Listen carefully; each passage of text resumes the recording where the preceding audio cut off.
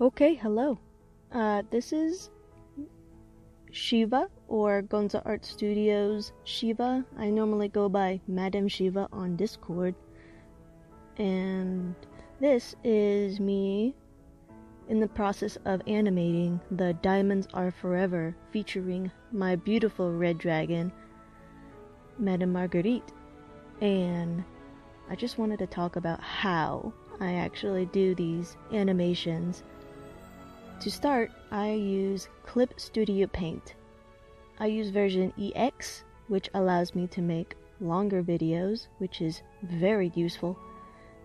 And I use Clip Studio Paint because it's a one-time purchase and it's way cheaper than the Adobe suite that I used to use.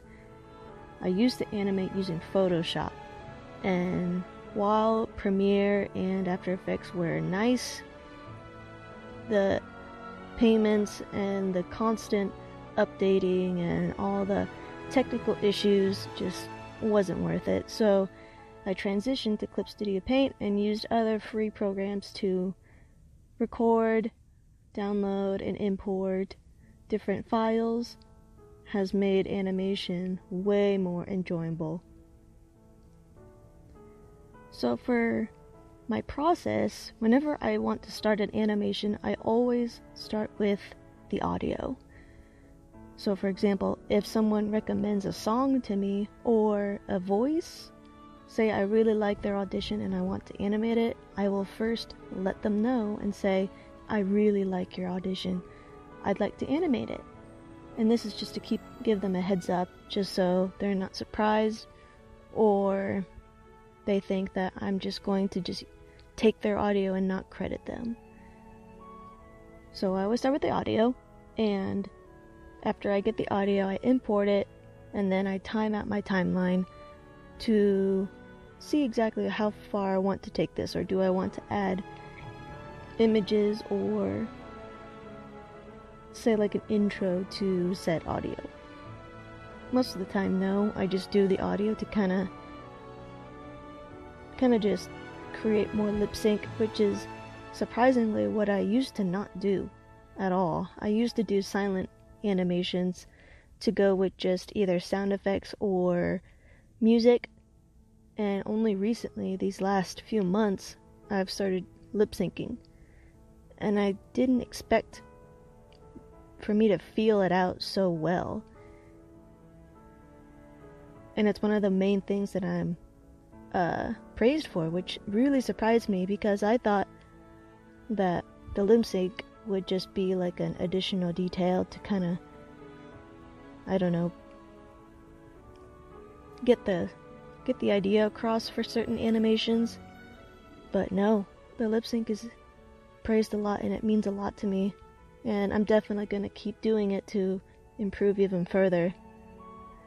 So after that, I then start kind of just making the animation as the audio goes on. I don't really use keyframes whenever I animate. I know that's practiced and it's probably recommended to do that to make sure nothing changes too often while you're animating.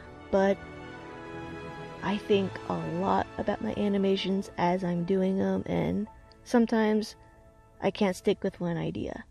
And the first few seconds will go through 3 or 4 or more different changes, which is almost always the case.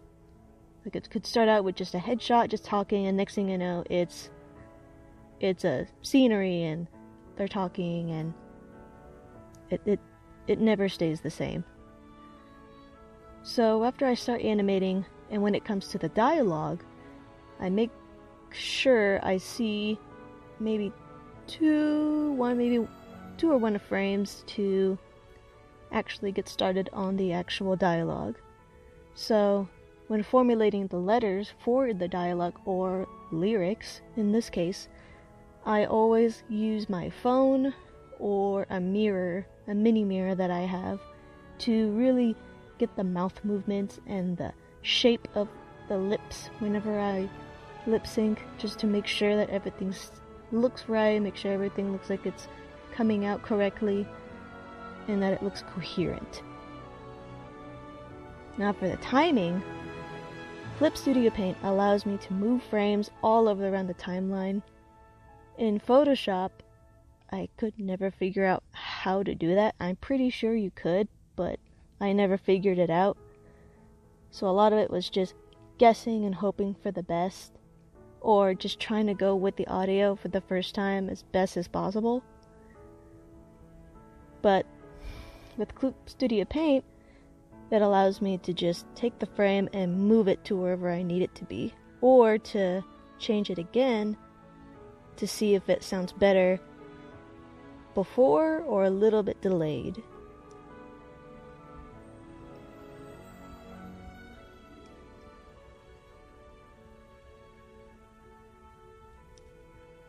And one little tiny detail about me, I did go to college. I went to the Kansas City Art Institute for my bachelor's degree in animation, and I planned to go to a studio, but that just didn't happen, so I've just been doing freelance and hopefully making other stuff to sell one day.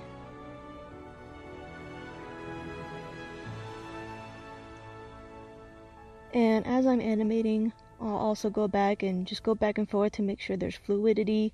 Like say the tail needs to be adjusted, I'll mess with the tail for a little bit and make sure that it doesn't, jitter and jog all over the place.